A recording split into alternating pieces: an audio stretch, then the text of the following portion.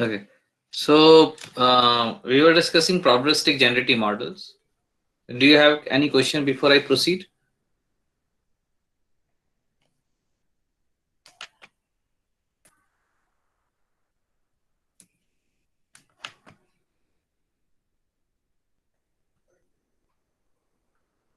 So this was a common construct which we started. We said that this is a Bayes theorem, right? So it is a posterior probability of PC1 given X into prior probability, conditional probability upon the evidence probability. So this is nothing but it's a Bayes theorem, right? So this Bayes theorem is rewritten into a sigmoid form, which we have discussed, right? This is a sigmoid form where A is a parameter of the sigmoid and can be written like this, right? This is important to remember.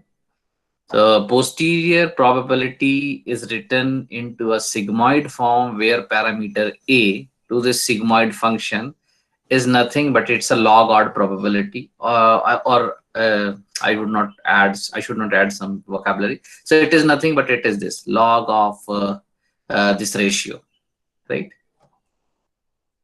Then I said that in probabilistic modeling, the only thing that we care now after understanding that for binary classification, it is logistic, and for multi-class classification, it is nothing but it's a softmax function. Then we found out that is fine, that construct is fine, and we say generative because we have prior probability, posterior probability, conditional probability, and we estimate we to estimate a posterior probability, we need to estimate the prior probabilities and the conditional probabilities. And similarly, if we want to, if these evidence probabilities, which is nothing but the sum of the products, right? Now the question comes, let's say this is my class, this is my problem. For one side, there is one class, and the other side, there is other class. I am interested in knowing what is the posterior probability of belongingness to of a new point. Let's say this is new point. I don't know whether this belongs to class C1. This is C1, this side, and this is C2, right? So I don't know if this is my hyperplane, then this point belongs to C1. But if I change this hyperplane, then the same point belongs to C2, right? So I don't know where to put this hyperplane so that I can minimize my error.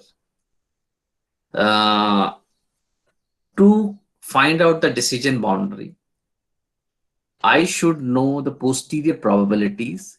And once I infer the posterior probabilities, I will decide my, using my decision theory, I will just come up with some hyperplane, right?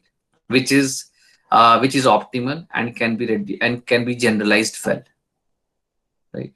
So now to understand this problem, as I said yesterday also, what we do here, we start with some assumption, right? We start with some assumption, and we say that there are two classes, samples labeled as C1 and C2. So we assume that there is these classes are actually uh, these classes can be modeled using some Gaussian distribution, right? I don't know whether the actual distribution was Gaussian or not. I don't have any idea. But because I have to start, I should do something. So I with my experience or some idea, I thought that why don't I model this probability as a Gaussian probability. It means that if this is a mean and this is a variance, so I will find out that what is the probability for this point, what is the probability for this point, what is the probability for this point.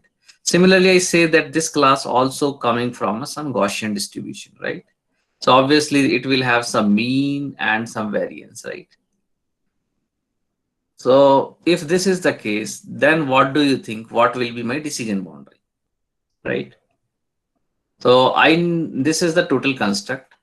So I need to find out my conditional probability. So conditional probability is nothing but I need to model for each class what is mean and variance. Then I need to find out what is my prior probability of seeing a class. We will see how to do it. Then once I know these probabilities, I will put all these probability in this formula and find it out for the unknown x. For this unknown x, I will find it out what is the probability that it belongs to C1. If this probability is 0.4, right, then I will say the probability of belongingness to C2 is quite high because it is 0.6, right? So I will say that this point should belong to C2. So don't get confused with this hyperplane. So hyperplane I will only draw when for all those x which belongs to class 1 with 0.5 probability, right? So let's say there are some axes in this plane which belongs to class C1 with 0.5 probability. So I will join those points and that will constitute a decision boundary, right? So we will see whether the decision boundary is linear or not. We will see everything there. It may be this also, right? It may be this kind of decision boundary. I don't know whether it will be straight hyperplane or it will be a some non-linear decision boundary. Let's see this. We will see later what is the nature of that decision boundary. But still, just to start with, I said that we will assume that my class conditional probabilities are nothing but they are Gaussian in nature. And then fixing this assumption, putting this assumption into perspective, then I will come up with a decision boundary, right? So is this clear to you, or do you have any question here? Clear, sir. Okay. Yes, very nice. Okay. Okay, then let's start with this. So I said that as the moment I say that we will start with the Gaussian bound, this Gaussian assumption. So this is a multivariate Gaussian formula, right? So we have seen it so many times so far in our lecture series. Uh, this is nothing but it's a covariance matrix. This is a mean for kth class, right? And what is the probability for a given x? I will feed my x as a variable. These are constant here. It is these are the given values. These are the given values, right? These are the given values to me. My means and variance. I will feed my x and I will get the probability. What is the probability of this x if from coming to this class, right? I will change my mean and variances and I will get the different probabilities for different classes, right? This is what it is. So these are the class conditional probabilities which I assume that they are coming from Gaussian. To simplify the situation so that we can understand better because we are in a learning phase. So we say that, let's say the covariance matrix are same, right? So here covariance matrix same means it will be like this. So if this is one covariance matrix, the other will also be following the same spread of the data samples in a space. If this is a covariance matrix, the other will also be this way, right? And third one will also be the same. If there are three, this will also be the same. So I mean to say my spread of data samples for each class will be same. Hence, I am saying that covariance matrix is same, right? This is the only assumption that I have taken, that my covariance matrices are same. They can be of any shape, right? I have not fixed any assumption on shape, whether it is ellipsoid or circle or whatever. But they are same for every class. This is an assumption. So there are two assumptions. The class conditional densities are Gaussian and the covariance matrix for every class conditional probability is same, right? These are the two assumptions. Putting these two assumptions, now let's see how I can see my posterior probability. So if you remember, this is my posterior probability. So this is my posterior probability of finding out what is the probability of x belonging to C1, right? You have simplified it and said that I can write this as this formula.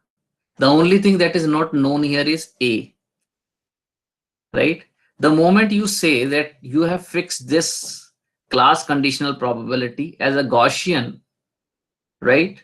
This you have fixed it as a Gaussian, right? So you insert that form here, right? Then you can expand this formula as like this because it is log.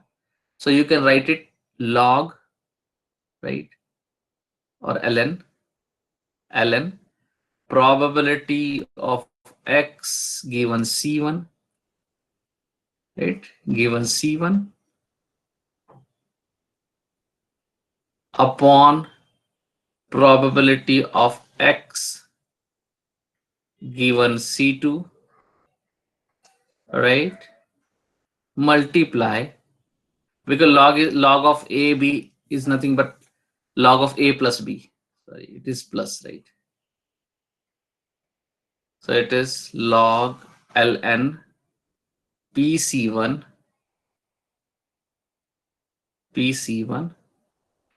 upon pc2, right? pc2. So then I will see this ratio separately, right? I will see this separately. So what is the form of this? So this is one form. So let's say I have two classes only, right? So I have two classes. So for first class, this is mu1, right? And this is sigma1. And I will take the ratio, right? So this is, I will take this separate second one. So this thing will remain same because I said the covariance matrices are same. So this constant will come here as it is. Then this will come exponent, right? And in this exponent, it is minus half x minus mu2, x minus mu2. So covariance matrices are same, so I don't need to write separate note subscript for it. And it is x minus mu2, right? X minus mu2. This will get cancelled, right? Because they are in this form, they are same, common. Exponent is nothing but e upon e upon b. It is nothing e exponent a minus b, right? You subtract this from this, and the subtract will be common as exponent, right? So when you simplify it, so just to make you further understand, I will try to simplify for you. So what will happen then? I will expand this first, right? So this is nothing but it is, you can write it as x transpose sigma inverse x transpose minus 2 x transpose sigma inverse mu1 plus mu1 transpose sigma inverse mu1, right? Then the negation part will come into a picture. That will be the same thing, x transpose sigma inverse. Can anybody tell me why I'm subtracting it?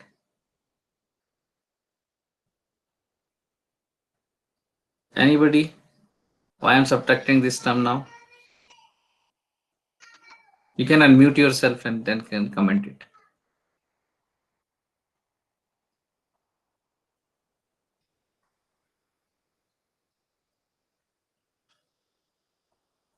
Sir, ln of a by b is ln of a minus ln of b. I'm not taking log right now. Log is something separate. It is e a upon e b, right? So it was exponent of a upon exponent of b, and then it was, this ratio was a log, right? This ratio was a log. So I'm just simplifying this term only, ea upon eb. So I'm subtracting a minus b. It is mu2 transpose sigma inverse mu2. You remember, right? Here This is this term.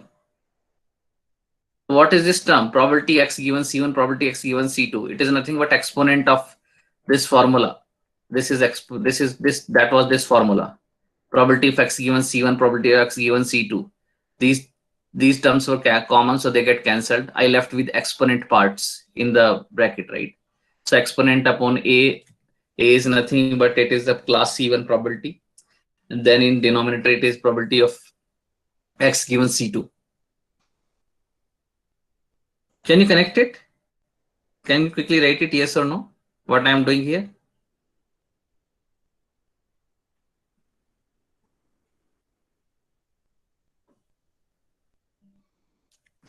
Very good. Anybody who is not understanding this? Very nice. Sir, the first term here, is it X Uh-huh. transpose and X transpose E inverse sigma inverse X? Oh yeah, sorry. Very good. So it is x transpose sigma inverse x only. Thank you for the correction.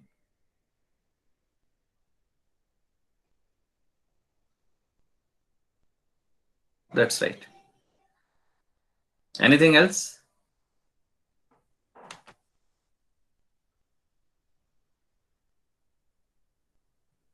So now what I will do, this is, and here you remember this -1 is still I have not taken inside. So this -1 is total common for it. So -1 is still outside. Minus half, sorry. Then when you open this will get cancelled, right? So these are the quadratic terms which get cancelled, right?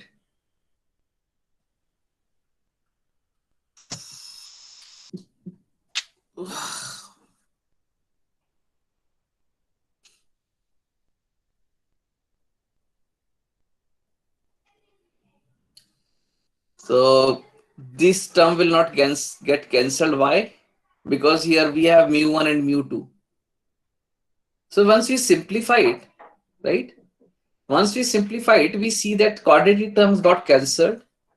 And the only thing that we left is this portion plus this portion, right? This term plus this term. And it is here x transpose is also there, right? Here x transpose is also there. So if you see these two terms, I am taking these encircled terms only. This is the first term encircled term, and this is second encircled term. Then if you take -2 common here, right, and you take x transpose common, then what is left here is sigma inverse, right? It is mu1. It is mu1 minus mu2. I am just taking these encircled terms, right? So this is mu1 minus mu2. And if you just see this part only, so this 2 will get cancelled with this half, right? So this is nothing but x transpose sigma inverse mu1 minus mu2. So here x transpose, they have written separately, right? They have written separately. And this they have written as W transpose. So you do either X transpose W or W transpose X, that doesn't matter. So, and these left out terms, these are the left out terms, which is nothing, this first term double circled, this second term double circled, and this ratio, if you remember, this is a double circled term. These three terms, this is the first term double circled, right? Second term, and three terms, they come as a constant here because we don't have x here in this. So if you write it as a constant term w0, and this w you just simplify it as nothing but sigma inverse mu1 minus mu2. So you can write it this way, right? So you can write it this way. So you have simplified your this ratio in this sum. Which ratio? Which ratio is this? This is this ratio. So you have simplified this ratio, which is nothing but A, So you have simplified A and write A in this form. It is W transpose X plus W0, right? You have found out that W0 is a constant because it doesn't depend upon X, and there is a linear term in X, right? This is what you have shown here. So there is a constant term which doesn't depend upon X, and there is a linear term, right, with respect to X. And then it means it is a linear combination, which you can write it as W transpose X plus W0, which is nothing but a simplified A, right? So what you are showing here is that if you take a class conditional distribution as a Gaussian with shared covariance matrices, then you can write as a posterior probability into a sigmoid expression where the parameter is linear in X. If the moment you say linear in X, it is nothing but it's a hyperplane. So you are actually creating a hyperplane, right? So it is nothing but in two dimension, it is a line. So you are looking for a line. So your posterior probability will be defined by this one, right? So you will take a decision boundary where PC1 equals to PC2, and the hyperplane will be defined where you will have a probability equal to 0.5. It means if the probability is only 0.5 when this hyperplane equation is equals to 0, right? This is all you know from the hyperplane discussion. So the moment W transpose X plus W0 is equals to 0, it means you are talking about line. So every X fall onto this line will be equal to 0. And that 0, when you feed into a sigmoid, it will be 0.5, right? So all those X which fall onto this hyperplane, they will have a probability of belonging to class C1 is equals to 0.5. That's why it is constituting a decision boundary. Any question on this? Quickly, if you have any.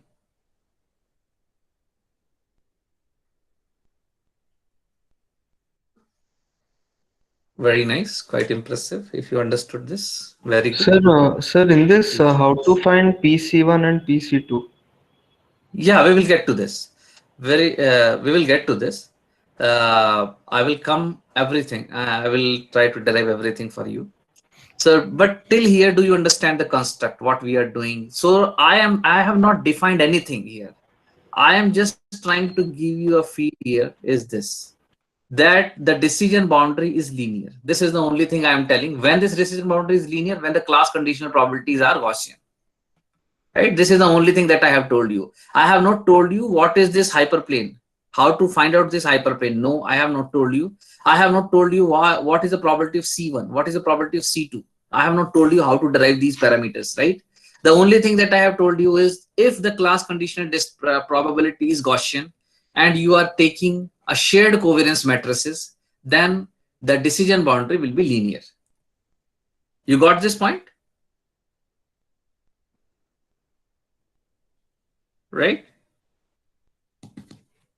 Fine. Let's now come to your question. What is the PC1 and PC2? Before then that, I just want you to introduce, okay, I will come to this for multi-class classification. So if the matrices, covariance matrices are same, then you will get a linear decision boundary. Let's say for this green and red one, the covariance matrices are same, right? So you will get a linear decision boundary here. But if you don't get a same covariance matrix like green and blue, you will get a quadratic decision boundary, which will look like this. Similarly, red and blue, they are not same covariance matrices. You will get a quadratic decision boundary here. But if they are same, then again the decision boundary will be linear, right? They could be linear, right? If this blue will be also like this, then you could have a linear decision boundaries. Fine. So we are talking about here linear decision boundaries. We found out that in shared conditional distribution, it is linear. How to find it out? This is your question. So we know that the joint probability of X and C1 can be written is like this. It is for nth sample, right? Assume that the prior probability PC1 is pi, right? Then what is the probability of PC2? Quickly. 1 minus pi.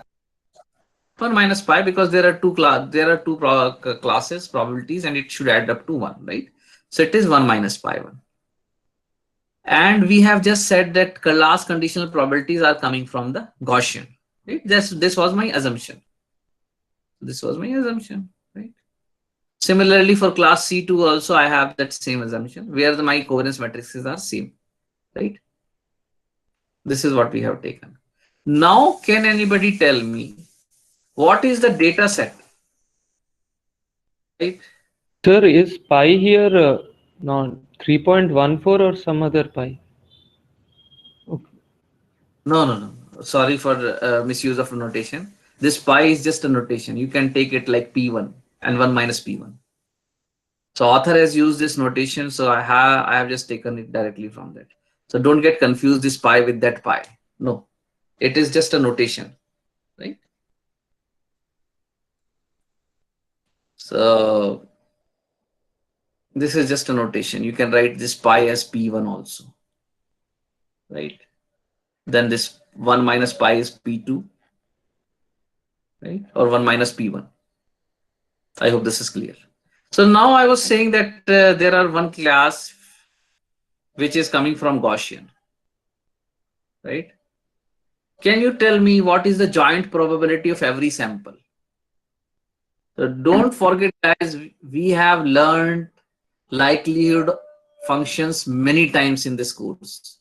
So if I have n samples and these samples are coming from Gaussian, I want to see the joint probabilities of every sample together. How can I write it? Multiplication of each of the probabilities. Very good. Very good. Excellent. So now you need to take the probability. So let's say, what is the probability for each of the point?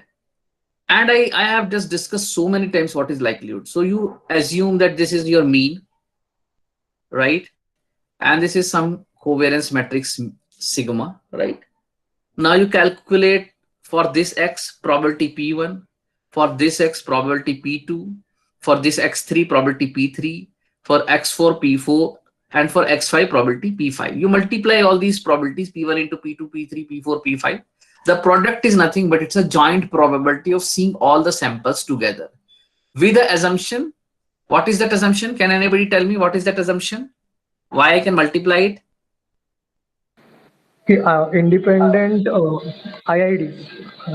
Yes, Independent. independent, highly distributed, IID, right? So then if it is the case, I am just multiplying these probability P1 into P2 into P3 into P4. It is nothing but it is a joint probability of seeing all the samples, right? Which is my data set for one class for C1. Similarly, my likelihood function for C2. So if the total probability of seeing a data set is this. So if this is class C1 and there is some other class C2, right? So I have separate mean for this, right? And then I said that covariance matrices are same. Then I will take these probabilities calculated in respect to this mean, right? This is this mean, mu2. So I will calculate the probability here as P6, P7, P8, and a P9. So these, I multiply P1, P2, P3, P4, P5, P6, P7, P8, P9. So I am multiplying all 9 probabilities, which I have taken with respect to the corresponding mean and variances, right? Any questions so far here? You please stop me if you don't understand. Don't get shy or hesitate. If you don't understand it, it is very important to get clear here. So now if you multiply all these probability, you can write it in this form. So you are multiplying all these 9 points, or in general, you are multiplying all n points. And each point is coming either from class 1 or it is from class 2, right? As I said that my notation for coding for class 1 is T1 equals to Tn will be 1. And for class C2, it will be Tn equals to 0. So let's say my first point, this point is coming from C1. Then my Tn will be, this first point T1 will be what? Quickly, can anybody tell me what will be T1 if it is coming from C1? What is the label of this first point? 1. 1, exactly. So now if it is 1, for my first point in this product, this first term will be there and this second term will be gone. Because the moment you put T and T1 equals to 1, 1 minus 1 will be 0, right? Any power of 0 will be 1. So this whole factor will go away. And the only factor left will be this, right? You said that you have assumed that the prior probability PC1 is pi. So seeing the first class, it is nothing but pi. And seeing that x in that class, so seeing that first class C1 is pi and seeing the x in this first class, right? This is this. It is coming from normal, right? The Tn is 1, so this power will not get any role here now because Tn is 1. So you are multiplying what? PC1, which is pi, multiply what is the probability of coming x from that C1, right? Which is a class conditional probability, which you have assumed as a Gaussian, right? So that's this Gaussian is written as in a notation form n. N is nothing normal. So it is a Gaussian distribution where mean is mu1. This is a mu1, right? And then you have taken a shared covariance matrices, right? I will take this just another notation. I will take one more case I will take so that you will get to know.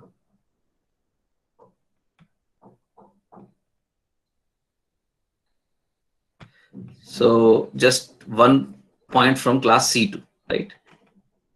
So let's say I have a point from class 2 now, from C2. So here Tn will be, so let's say I'm taking about my point 9. So this is my x9 point. So I want to calculate the probability for this x9. So what is T9? Anybody from Ashutosh? What is T9? What is T9? Quickly. 0. 0. It is 0. Very good. So because it belongs to class C2 and we have said that all the labels for C2 will be 0. So T9 will be 0. The moment you said T9 will be 0, this T9 will be 0. So this term, first term will go away, right? Because any power 0 will be 1. So this term will go away. And here you write T9 equals to 0. 1 minus 0 is 1. So this play a role here. Now you say 1 minus pi, right? It means seeing the probability of class C2. What is the probability of seeing class C2? And once you see the probability of class C2, what is the probability of seeing x in that class, right? So this is this mean. This is this mean. And what is the probability of seeing x9 from this class? So this is Gaussian seeing x9 from this class, right? And you will take for every point and you multiply it. It is nothing but you're multiplying every probability of a set sample in a data set. I hope this is clear. Can you quickly write yes for or no for this? So one small doubt. The P of T given this thing is a likelihood of finding Data set, whole data set. Okay. It's a vector. So here if points, so T is a vector, and the it will have 1 or 0 corresponding to where it belongs, right? 1 0 0. Like in my this data set, I have taken 9 points. So it will be all together, there will be 5 ones and 4 zeros, right? As I have discussed here in this example. Yes, sir. Yes. So it is a vector data set. Good question. Anybody else?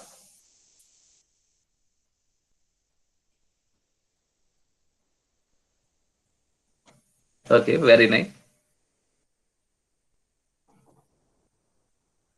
Once I get this, now the question comes. what I should do now? Can anybody tell me what I am doing and what is my motive to do this all? And this is a crux of machine learning. I told you so many times. What should I do now? Maximizing this likelihood. Maximizing this. Very good. Maximizing this with what? What is the variable here? Somebody else. Don't you don't. Somebody else. Maximizing this expression, which is nothing but at a likelihood of a data set, with respect to what? The mu. The mu. The only mu. You just don't need to answer. Once you answer it, then let's give the chance. So Ritvik said the mu.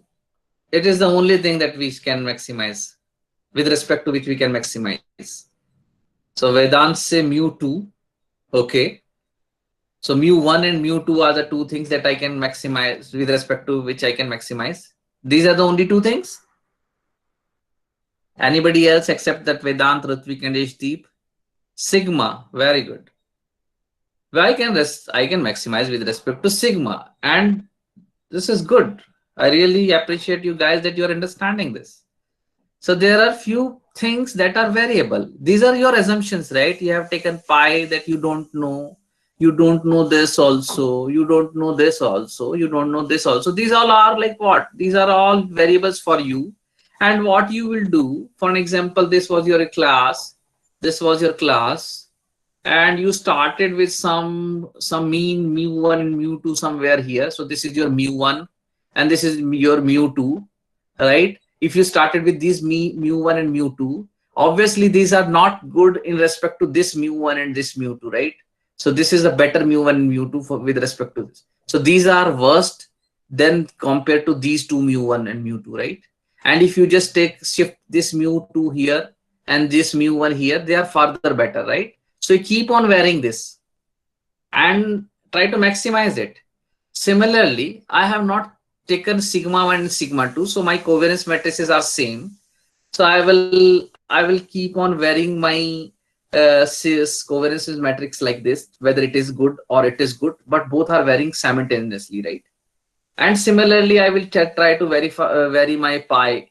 What is the better pi? So let's do it one by one. The moment you understood this point, so what do you think? So let's maximize with respect to pi first, right? So the moment I decided to maximize this expression with respect to pi, the rest of the things will be constant, the terms which don't contains pi will be constant, right? So when I take a derivative, I will get 0 for them, right? So the only terms that contains pi, I need to see only those terms, right? So these are those terms. Don't get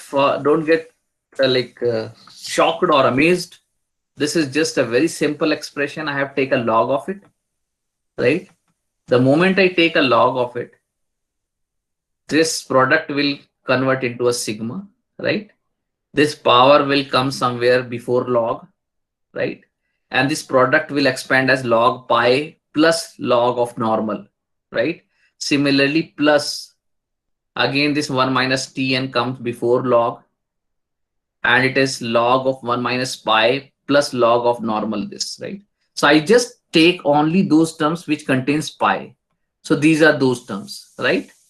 Tn log pi plus 1 minus tn log 1 minus pi.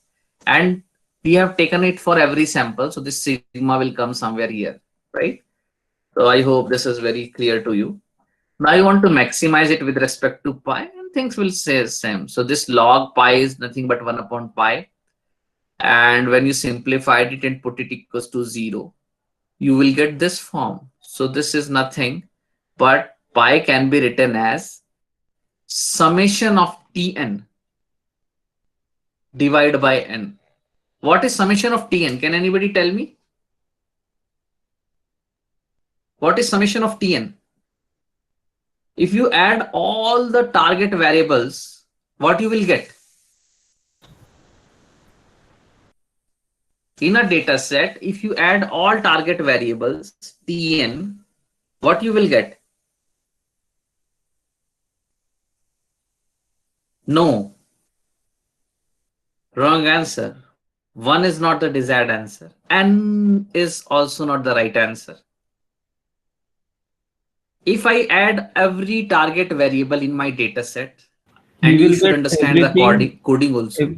everything that belongs to class 1. Very good. So Bhavya and Ashutosh both have answered the same. So we get the number of points belongs to class 1, right? Because the point that belongs to class 0 will have Tn equals to 0, right? So they will not play any role in this summation. So I will left with only those T values which is equal to 1 and they belongs to class C1. So it means effectively I will get the number which will tell me how many points belongs to class C1, right? Very good. And the moment I do this, it is nothing but it is the number of points belong to class C1 divided number of all points. And it is nothing but it's a ratio. And it is a likelihood estimation. So you are just saying that in your data set, if out of 10, 8 points belong to class 1, then the probability is 0.8, right? So N2 is nothing, the points belongs to class C2, and 1 is nothing but the points belongs to class C1, and towards the sum is nothing but total points in your data set, right? Is this clear to you guys? Can you quickly write yes or no for this?